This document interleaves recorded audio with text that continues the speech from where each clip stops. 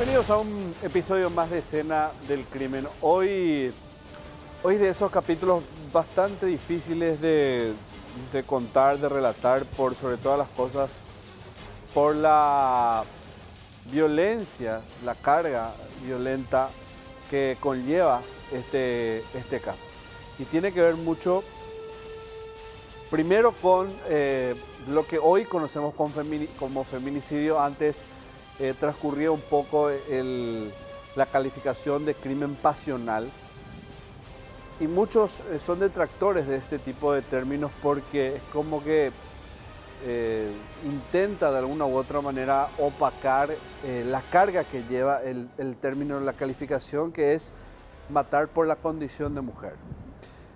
Sin duda, este caso, más allá de cómo uno lo pueda llegar a llamar, el tipo penal que le pudiera arrimar a él, porque tiene una particularidad en la sentencia, la manera en que los jueces determinaron la culpabilidad, la descripción de hecho del caso, tiene todos los detalles de un caso como el que hoy conocemos por la muerte en su condición de mujer.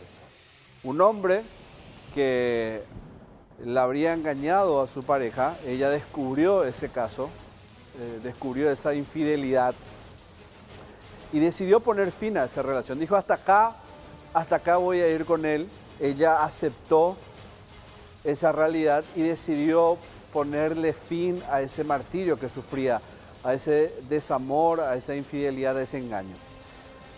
Pero él no. Y ahí es donde entra esto que les decía, que es ese sentido de posesividad, ese sentido de tenerle a una persona, sea hombre o mujer, como un objeto y hacerse dueño de ella. Creer que uno tiene el poder de decir, yo te digo cuándo esto se termina, o de acuerdo a cómo yo veo las cosas, esto se termina o no. Él inició una vida con otra mujer. Lo que no aceptaba es que ella ya no quería estar en esas condiciones con él y decidió asesinarla. Pero no solo a ella, porque también mató a la hija de esa mujer. Este caso nos lleva a casi el último tramo, y hablo inclusive de horas nada más, del 2008.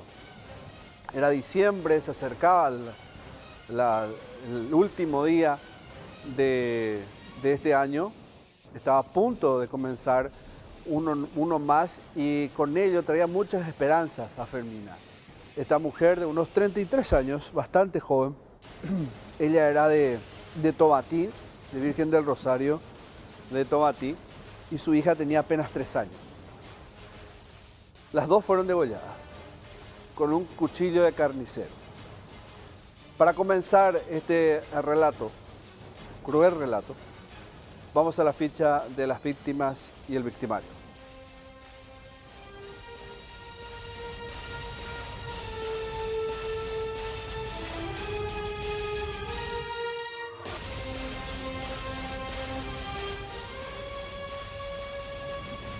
Barrio Virgen del Rosario de Tobatí.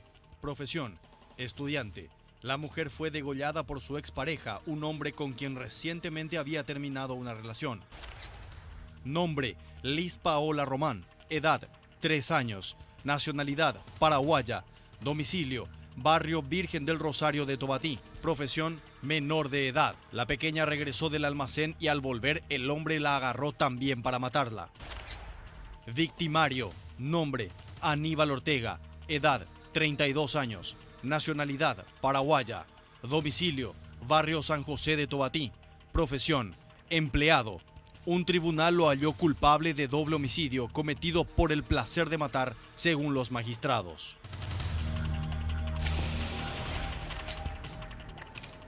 Les decía que esto había ocurrido el 30 de diciembre del año 2008. Estaba a punto de terminar el año 2008 cuando él va a la casa, siempre en Virgen del Rosario, y ella decidió pasar la fiesta ahí en su casa. Tiene familiares fuera del país. Decidió pasar esas últimas horas del 2008 en su casa, tratando de serenarse un poco.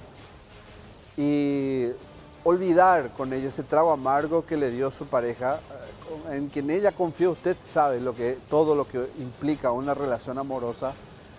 Si vivió un desamor, entiende cuestiones como esta, lo difícil que es, y más todavía con fechas bastante especiales, muy particulares, que es el cierre de varios meses de haber sufrido. Ella intentaba de alguna u otra manera cerrar ese capítulo, olvidar esto, comenzar otro, y por sobre todas las cosas, en su condición de madre, hacerse fuerte para su hija. Eso es lo que buscaba por sobre todas las cosas. Y estaban esas cuestiones de idas y vueltas, de ver qué iba a ser el próximo año, es decir, ahí nada más que estaba la vuelta, encarar una nueva vida, olvidarlo a él e iniciar estas nuevas metas, emprender estos nuevos objetivos. Pero él fue a la casa y hubo una gran discusión ahí. Una gran discusión que tuvo como protagonistas a varias personas, incluidas la menor, pero ella no presencia el crimen en sí. Esa muerte bastante particular tuvo una connotación muy violenta, porque aparte de la carga emocional, verbal, la discusión, los reclamos que él fue y le hizo a ella, estuvo ese momento del asesinato de la peor forma, la degolló. Utilizó un cuchillo de carnicero, de esos cuchillos grandes, usted conoce, y terminó por hacerle un corte muy profundo en el cuello, en heridas que Alan lo van a ver. Y a la nena la asesina de la misma forma, supuestamente, y eso lo vamos a ver cuando lleguemos prácticamente a la instancia final, para que esa pequeña no sufra la ausencia de su madre. Una cosa terrible, ¿no? Que no tiene explicación alguna. De hecho, que ningún tipo de homicidio se puede justificar, pero es simplemente parte de lo que se narra dentro de esta historia. Vamos a ver qué ocurrió en ese 30 de diciembre del año 2008. Era la casa, una tranquilidad parsimoniosa, una paz que ella intentaba ponerse, determinarse, autodeterminarse, pero eso se vio irrumpida por la presencia del asesino.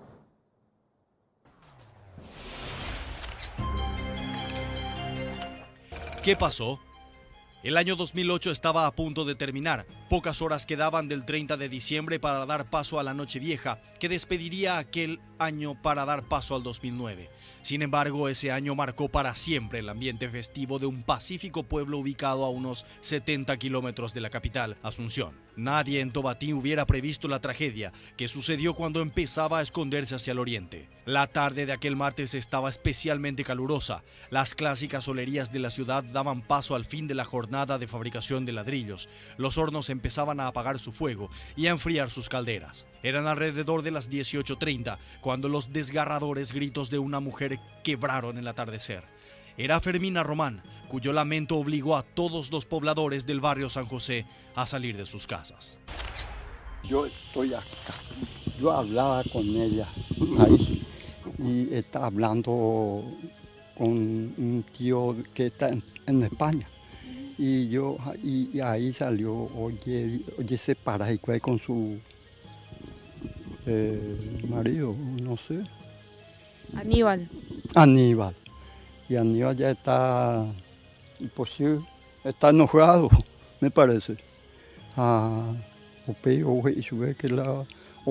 Le traigo a tu mamá, Aníbal, para hablar y para reconciliar. Y no acepta ella. No, ya no quiero más. La hipotave, ya en España con su tío. No, déjale, y pega coge viaje y sube. Pucá está muy feliz. Claro, las 5, las 6 por ahí. Y después pasó lo que pasó. Y después me dijo mi hijo que estaba pasando alguna cosa ahí. Vamos, duro, para. Ahí está. Ya. Acá en el patio. Sí, ya. ahí. Se peteó. Se clavaron ahí por lo menos y viene. La mujer de 32 años ni siquiera pudo defenderse. En ese instante en que la filosa hoja de cuchillo de Aníbal Ortega trazó una profunda línea alrededor de su cuello. Ella corrió, pero ya estaba malherida y sobre un montículo de arena murió. La desparramada sangre pintaba una escena aterradora hasta su habitación, sitio que se convirtió en la antesala de uno de los crímenes más atroces en aquella tranquila ciudad. El verdugo era un hombre que decía amarla, un joven de casi su misma edad, quien llegó a su domicilio buscando una oportunidad, pues ella había decidido poner fin a la relación que con él tenía hasta hace algunos días antes del estremecedor episodio. ¿Hacía cuánto tiempo cuando ocurrió el hecho que andaba con ella o que era su pareja? Y no hace mucho tiempo, por lo menos un año por ahí nomás. Hace poco todavía, después ya pasó lo que pasó. Porque él quiere reconciliar y ella ya no le quiere. No obstante, el asesinato pasó a ser más despreciable aún cuando la segunda víctima de sus manos asesinas fue la hija de Fermina, Liz Paola, una inocente criatura de apenas 3 años. Y tu hija viene desesperada y después un muñazo. Allá se agarraron con su cabello. Y así. Mano, te verá. Y eso es lo que pasó.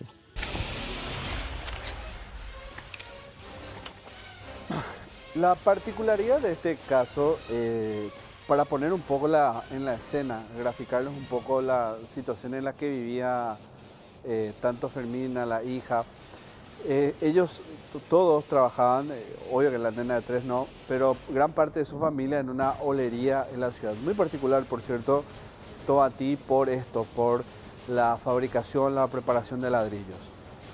El propietario de esa olería le puso una casa a Fermina para que ella de alguna u otra manera tenga una cercanía con el trabajo y esté a disposición siempre.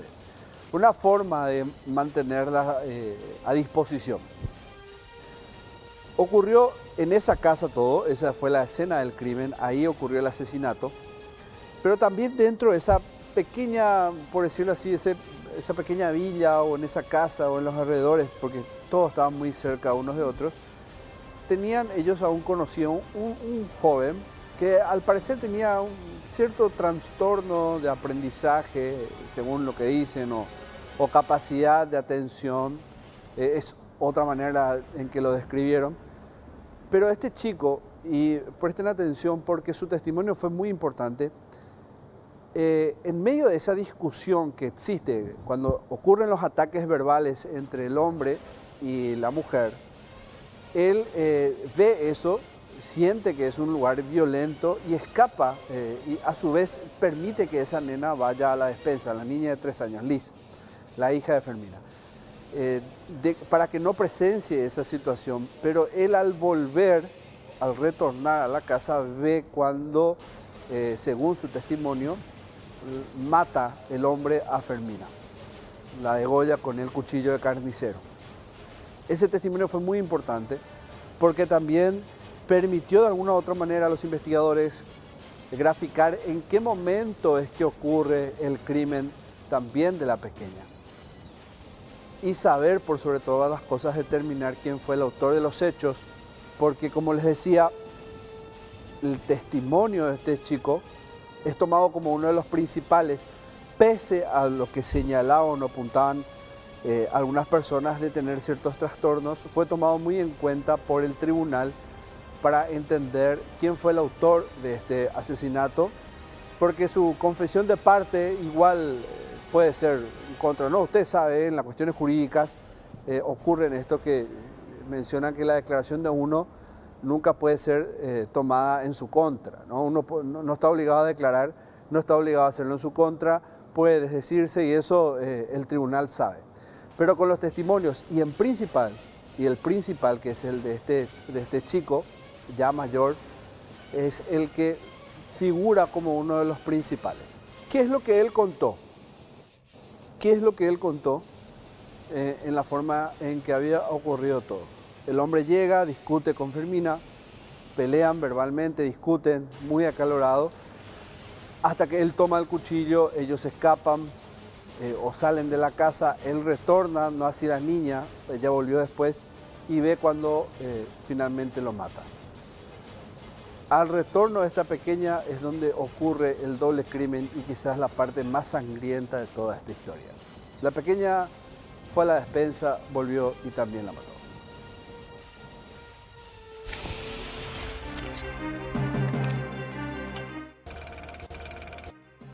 La declaración de un testigo presencial del homicidio fue fundamental para la investigación y así saber quién había matado a ambas personas, madre e hija.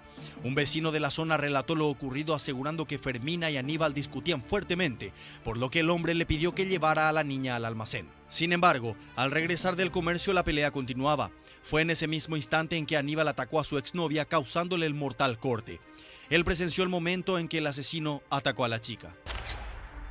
Yo la batió la cuando halai que sea pequeña hokoroju ayuda más reina minta kunya ibe kunya ambo juga ya ada ko tu yo pues la apa Porque tiene minta kunya ibe na no itu minta kunya enda sha te oye disco típicos y que general oye kuti pero nada mi amor oye puma que tu más ya ayuda que Asustado, el vecino dejó ir a la nena y escapó corriendo.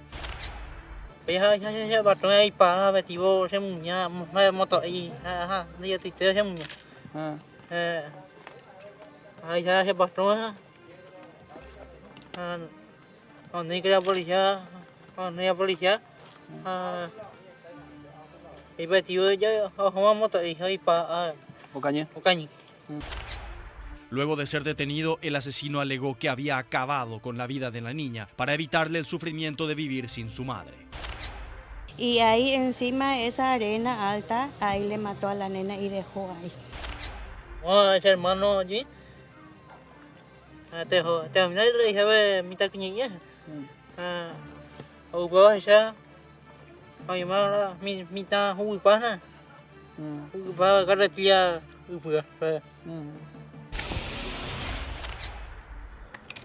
Bueno, el testimonio, como ustedes estaban escuchando, muy claro, pese a las probables limitaciones que muchos señalaron en aquel momento, refiriéndose a este joven que había hablado. Para mí, muy claro en todo. Él pudo relatar y no se lo notaba titubear en relación al hecho cronológico. No se notaba, pero ninguna inconsistencia en eso, y por eso es que el tribunal, primero la policía, es la que terminaba por convencerse de lo que había ocurrido ahí, y quién era el responsable, sabían ya en ese momento a quién buscar.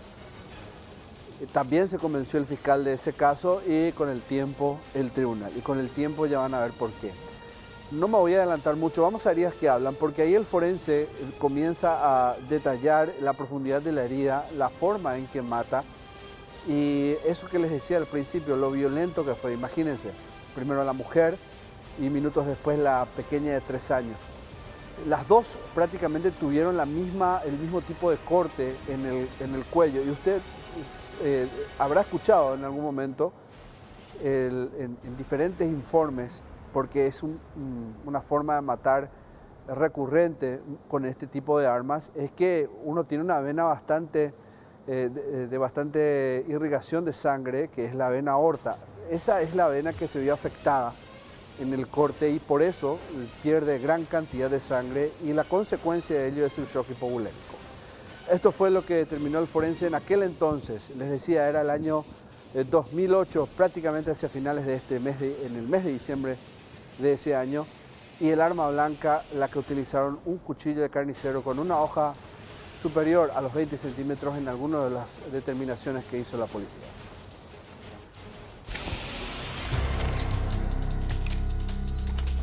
Heridas que hablan. Un corte de aproximadamente 12 centímetros alrededor del cuello realizó Aníbal Ortega en el cuerpo de Fermina Román. El degollador corte produjo la perforación de importantes arterias que de forma prácticamente instantánea produjeron su muerte. De la misma manera fue asesinada su hija de 3 años, Liz Paola, quien recibió un corte de aproximadamente 8 centímetros alrededor del cuello, falleciendo también instantáneamente. La causa de la muerte de ambas fue diagnosticada como shock hipovolémico por herida de arma blanca. El criminal convirtió en arma mortal un cuchillo de carnicero de unos 20 centímetros de largo para acabar con la vida de madre e hija. El arma homicida fue encontrada en su poder tras su detención.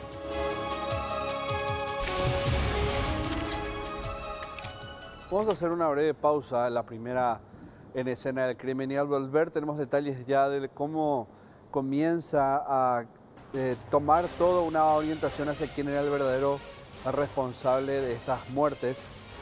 ¿Qué hizo o qué fue lo último que hizo Fermina antes de morir?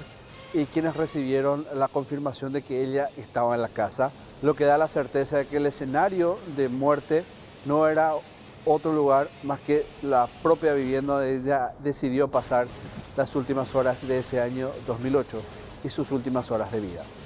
Breve corte y enseguida volvemos con escena del crimen.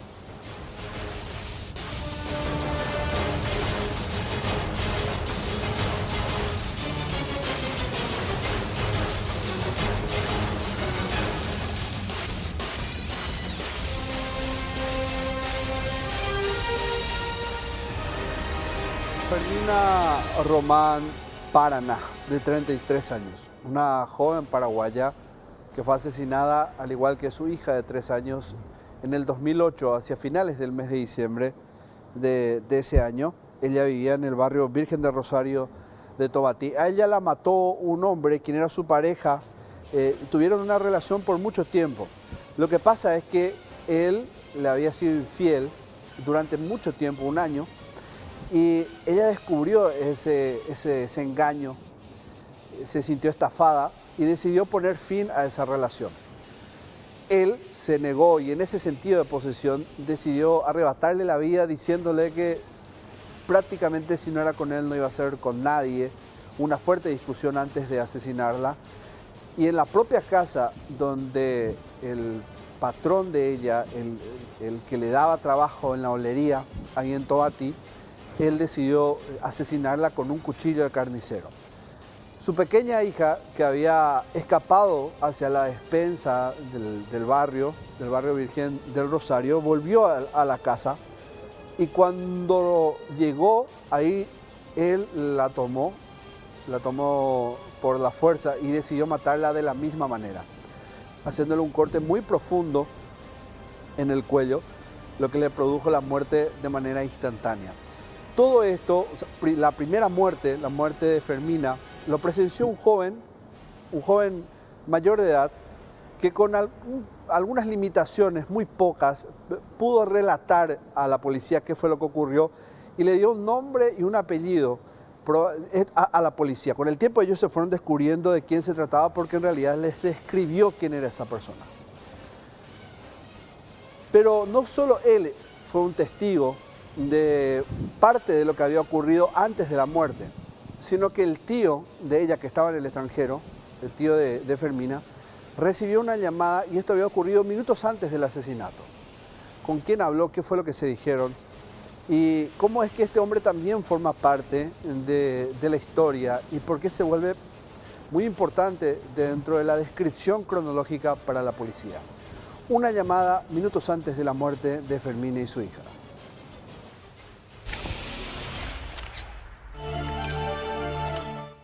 La última llamada. El nuevo año para Fermina Román debió haber sido un nuevo comienzo, lejos de su expareja, a quien había abandonado tras enterarse de que durante 1 año la había engañado. Eso fue lo que comunicó a uno de sus parientes que en aquel tiempo vivía en España. Él tenía su esposa, además tenía su hijo, su hija cuando era eso. Hace poco le conocía a su señora y a lo mejor él quería volver otra vez y la otra a lo mejor antes no sabía que tenía hijo, tenía esposa y después que se enteró de eso, que ella terminó con él y él quería volver otra vez con ella y ella ya no le acepta más. Ese día, ella le contó a su pariente que su madre había viajado y por ese motivo pasaría fin de año en casa con su hijita. Que ella vivía con su mamá, luego le cuidaba a su mamá porque ella nomás lo que está, que su hermano que estaba separado ya de ellos y ella lo que le cuida especialmente a su mamá. Se fue a pasar cerca del arroyo Yetero, se fue a pasar la Nochebuena con su mamá y ella se quedó, ella y su hija. Al día siguiente se enteraron de lo peor. Justamente cuando era eso que yo estaba en mi trabajo luego y después mi marido lo que me llamó y me contó lo que pasó. Y después me pasó mucho. Era muy muy cariñoso, te puedo decir. No pesó mucho, además que tenía una nenita hermosa. Tampoco no llegué a ver a mi sobrinita. Todo eso que nos dejó mucho mal, mucho mal. El terrible caso de esta joven conmocionó a toda la ciudad. Le tuvo en una profunda tristeza a todo el pueblo tobateño, porque esto no solo sucumbió al barrio Virgen de Rosario, esto se esparció por toda la ciudad. Una ciudad muy caracterizada por su paz, por su tranquilidad. Muchas personas que siempre, hasta el día de hoy, eligen a Tobatí como un lugar de descanso, donde uno puede desconectarse, desactivarse de todo el bullicio que trae la ciudad. Sin embargo, en aquel entonces, ese asesinato, ese cruel crimen, marcó la vida de todos los pobladores de Tobatí, que no estuvieron tranquilos, que no estuvieron sosegados hasta 2 meses después, porque fue el tiempo en el que finalmente la policía llega a tener un contacto con el sospechoso del asesinato. 2 meses después. Muchos tenían la idea de que este joven Aníbal Ortega, de 32 años, de otro barrio, el barrio San José, haya estado oculto en las cavernas de Tobatí. ¿Conoce usted la geografía de la ciudad, donde tiene estos accidentes geográficos muy particulares? Y creían ellos que en alguna manera él estaba oculto ahí, esperando a que esto se enfríe, de que pase y él pueda pasar inadvertido. Pero esto no iba a ocurrir. La población estaba con temor, pero también estaba con esa sed de justicia, con esa exigencia a su policía que encuentren a este hombre, y así ocurrió, pero eso hizo esperar. 2 meses después, finalmente, dan con Aníbal en la zona también de Tobatí.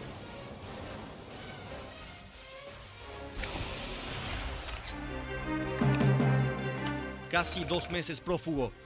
Los días posteriores al crimen se volvieron eternos en la comunidad tobateña, donde se hacía difícil recuperarse de un hecho de tamaña magnitud. Y él es muy, ¿cómo se dice? Y buenito, es bueno.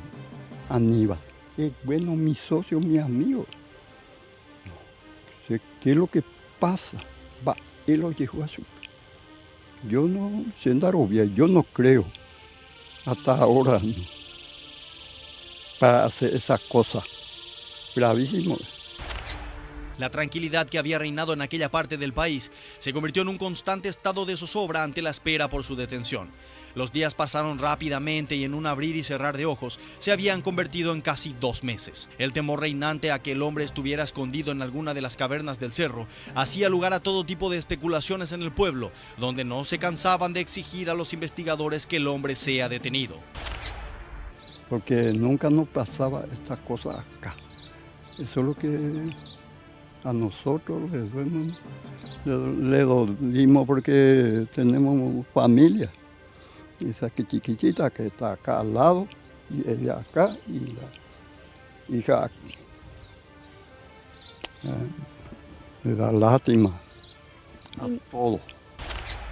Una tarde de sábado, cuando el año 2009 había alcanzado el día 21 de febrero, finalmente se respiró calma en Tobatí. La noticia no tardó en difundirse. El degollador había sido detenido.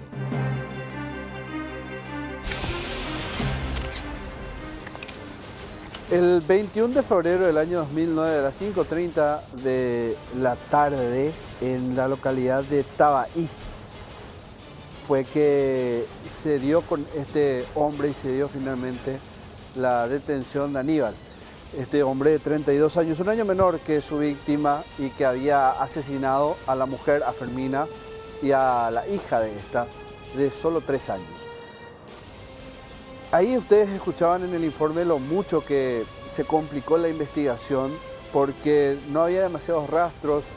Tal vez un poco la tecnología de aquel momento, si bien tuvo un gran avance, estaba o no era al menos la que esperaba la policía que arrojara algún tipo de certeza en cuanto a su ubicación.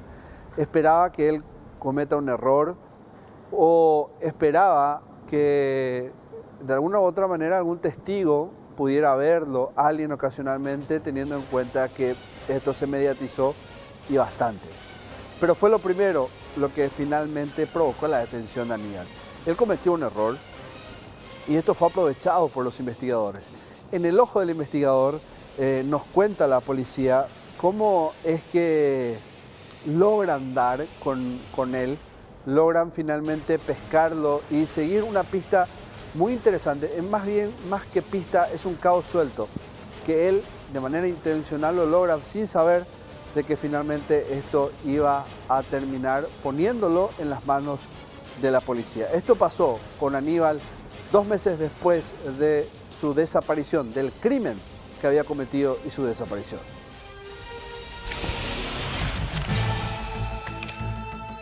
El ojo del investigador. Sí, la verdad que la ciudad de Tomatí es una ciudad muy tranquila en cuanto a ese tipo de crímenes, ¿verdad? Prácticamente, si no el primero, uno de los primeros que ocurrió en esa zona del país. Llegamos nosotros procedentes de Asunción y la gente ya abrió muchas esperanzas para poder... La verdad que ya estaba identificado el presunto autor, pero ya teníamos que llegar nosotros a la ubicación y levantar todos los indicios de evidencia correspondientes para poder llegar una vez detenido para que pueda ser juzgado como corresponde ya cuestiones de la justicia. Esa situación conmocionó a la ciudad de Tomatí, no solamente a Tomatí, sino a los alrededores, porque era un hecho inédito y tratarse de un feminicidio con infanticidio.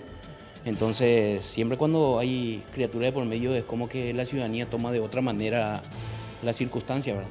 Entonces, más o menos ya era una causa común por ahí para todos. Y más nosotros estamos comprometidos también con nuestro trabajo en devolverle esa tranquilidad con la detención de Aníbal, que era el presunto autor. 21 de febrero de 2009, 17:30 horas. Una gran dotación de hombres rodeó el inmueble. El plan no podía fallar. Unos 270 kilómetros habían recorrido los agentes de homicidios, acompañados de efectivos de la comisaría 18 de Tomatí. Desde aquella ciudad hasta Tabaí, en la compañía Toro Blanco, recibieron la señal del celular de Aníbal, el degollador, quien se escondía en una estancia cerca de la ciudad de Tabaí, en el departamento de Cazapá. Muy lejos se fue. Pues tuvimos que utilizar también una especie de tecnología ahí para darle a esa persona. Bueno, el informe era técnico. El informe técnico que teníamos era que él estaba dentro del departamento de Cazapá. Entonces se movilizó el equipo, fuimos hasta ahí. El operativo de búsqueda más o menos duró 2 a 3 días. Recuerdo que fue un fin de semana, un día lluvioso, que por fin llegamos a ubicarle dentro de un establecimiento. Él estaba indicándole a las vacas. Es una persona que trabajaba en el campo. Y fue allí que le ubicamos y procedimos a su detención. La tarea de los investigadores no había sido fácil, pese a contar con la identidad del autor desde un primer momento. Él, al notar la presencia de la policía, nosotros fuimos más o menos 16 personales en 3 camionetas, lo que atropellamos el lugar. Él se dio cuenta de que de la presencia nuestra, trató de huir, pero por suerte no le dimos oportunidad, él puso un poco de resistencia. Es una persona que tiene buen físico, digamos. Puso resistencia, pero gracias a Dios pudimos reducirlo rápidamente. No, nosotros nos basamos ya en fotografías después de que fueron prohibidos por el Departamento de Criminalística. A través de eso también buscábamos el arma, ¿verdad? Una vez que él fue detenido y reducido, vamos a decirle en ese momento, lo primero que se le preguntó fue por el arma, ¿verdad? Y gracias a Dios, el arma él tenía todavía en una mochila que estaba, o sea que dentro del interior de una mochila que estaba en una habitación, que también encontramos por suerte, ¿verdad? En ese momento, él no dijo nada, solamente que entre sus cosas nosotros lo que más nos apurábamos era encontrar el arma y sí encontramos. La tecnología se convirtió en la pieza clave, conseguida mediante una capacitación especial que en aquel año llegó a nuestro país para revolucionar la labor investigativa. Sí, y la verdad que Liz Paola se nos quedó a nosotros en la oficina tipo una especie de angelito a quien siempre nos encomendábamos. Le teníamos un altar también ahí en la oficina de homicidio de la policía. La tecnología que revolucionó en aquel momento, como decía nuestra crónica, era el aporte que dieron agentes colombianos de la Policía de Colombia con respecto a la tecnología que ellos en aquel momento entraban, y de alguna u otra manera para los agentes de homicidios, antisecuestros, era revolucionario. Recuerden ustedes que en ese entonces los secuestros que cometía el EPP estaban en auge, estaban muy activos. Les recuerdo simplemente el de Luis Listron, Fidel Zavala, entre otros. Y esa tecnología se trajo al país con esa intención de cercar, de perimetrar las células que activan, o las celdas que se activan cuando uno activa un teléfono celular. Y ese fue el error que cometió, el caos suelto que dejó este asesino, porque él encendió el teléfono y rápidamente eso dispara una alerta. Ya la policía sabía el número que él utilizaba, y eso hace que se ponga en el radar de los agentes, puedan triangular un sitio y ahí ir a detenerlo. Así fue que finalmente se dio la detención de Aníbal para la policía. Les decía que estos 2 meses de mucha tristeza que vivió el pueblo de Tobatí, la ciudad de Tobatí, reitero, esto no solo los barrios donde vivían las víctimas, sino que el barrio, mejor dicho, en el que vivían las víctimas, sino toda la ciudad, era algo muy especial, una carga emotiva de 2 sentidos.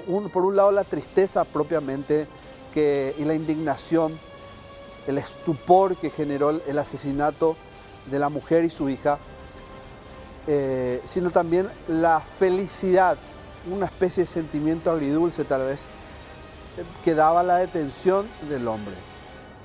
Y toda esa mezcla de emociones hacía que el pueblo en sí esté enardecido, toda la ciudad esté enardecida, con mucha impotencia por lo que había ocurrido, y se prepararon para ese efecto.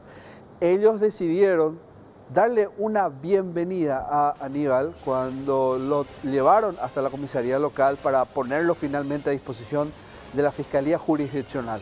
Lo esperaron con huevos, agua sucia y otras cuestiones. Ellos querían demostrar que seguían tristes y seguían nerviosos, seguían de alguna u otra manera impotentes por lo que había ocurrido, y se daban cuenta que la única manera de descargar eso era dándoles esta bienvenida que había ocurrido en aquel entonces.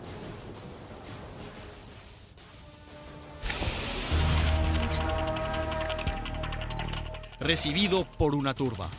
Y me llamó mi marido, allá ya era muy tarde y acá cerca de las 9 de la noche creo que era. Y la gente le esperaba y que le quería tomar ellos mismos determinación con ellos. Porque esa clase, en cualquier momento cualquiera va a tener miedo, pues no está bien en la cabeza para hacer esa cosa. La detención de Aníbal trajo una extraña mezcla de alegría y furia en los miembros de la comunidad tobateña. Una turba de vecinos llegó hasta la sede de la comisaría 18, donde esperaron al detenido hasta entrada la noche.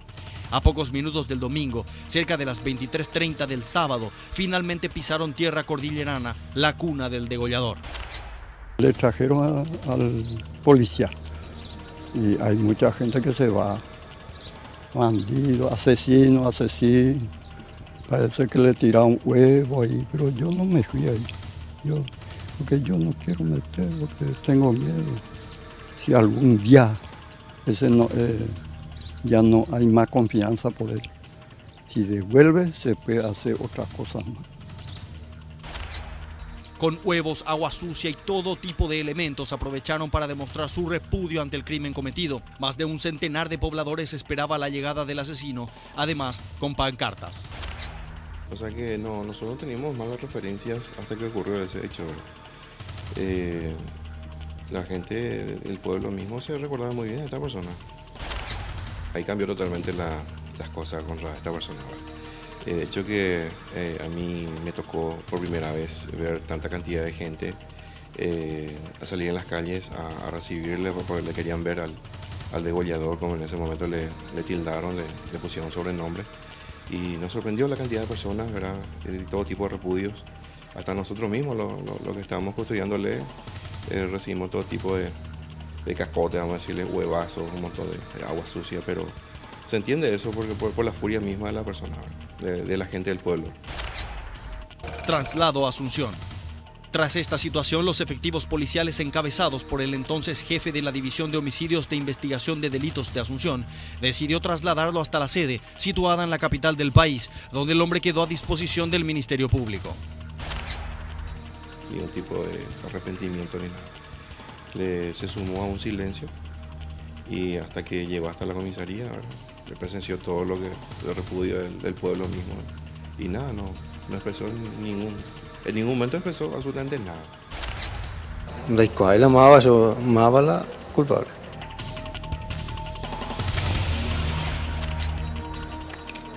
Bueno, Aníbal con una suerte de coartada también, que de alguna u otra manera en aquel entonces lo hacía poner en el papel de no sabía nada, que es algo que jurídicamente uno puede tomarlo como no está obligado a declarar en su contra. Por el otro lado, puede uno tomarlo desde el punto de vista de que algo esconde, no está contando toda la verdad, etc. Pero eso es simplemente remontándonos en aquel entonces. Claro que esto tiene un desenlace en la justicia, tiene un tribunal que lo llegó a juzgar un tiempo después y que encontró una descripción particular para su caso. Pero de eso vamos a hablar a la vuelta de este último corte que hacemos en Escena del Crimen. Pausa y retornamos en breve.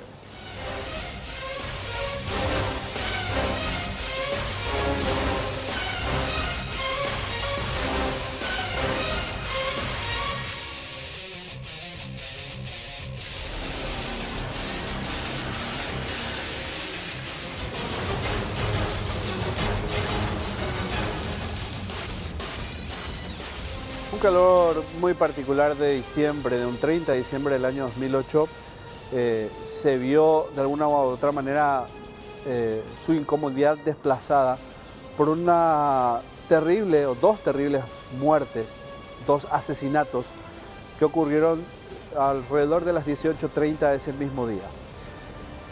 Una mujer de 33 años y su hija de 3 años fueron asesinadas por un hombre quien fue pareja de esta última, al parecer él con una doble vida. Tenía una esposa y Fermina era esa mujer al que él frecuentaba, según el relato, otros decían que era la inversa. En fin, el punto es que ella descubrió esto, se sintió engañada y decidió ponerle fin a esa relación, cortar ese tortuoso vínculo que tenía con Aníbal, de 32 años.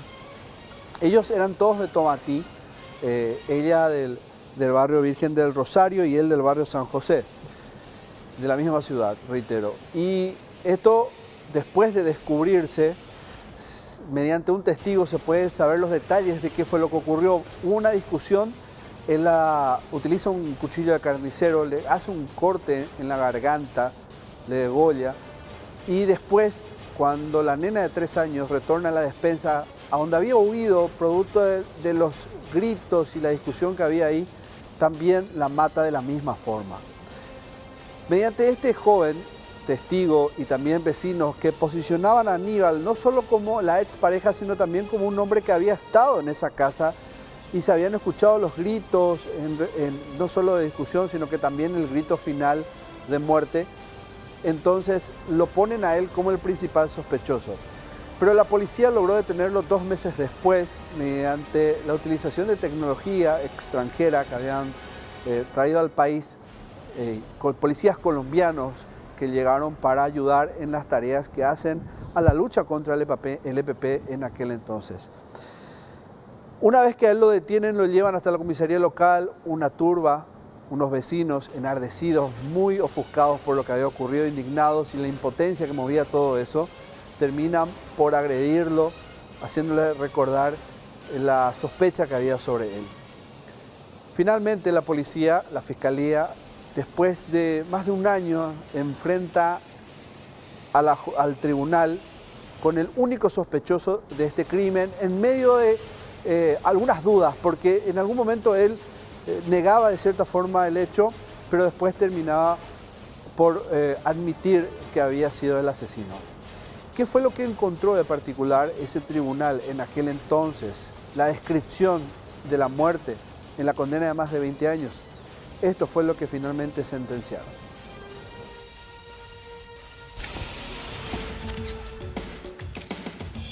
Asesinó por placer. 1 año y 7 meses después del crimen, Aníbal Ortega se enfrentó a los tribunales. El tribunal de sentencia, encabezado por la jueza Mesalina Fernández e integrado por sus colegas Héctor Capurro y María Esther Fleitas, por unanimidad, halló culpable del doble crimen al acusado y lo condenó a pasar 24 años en prisión. No las maté sin razón. Quiero que se sepa la verdad. No las maté sin razón. Fueron las únicas expresiones de Aníbal durante todo el proceso. Ante esto, los magistrados determinaron que se trató de un doble homicidio doloso agravado con alevosía, cometido por el mero placer de matar.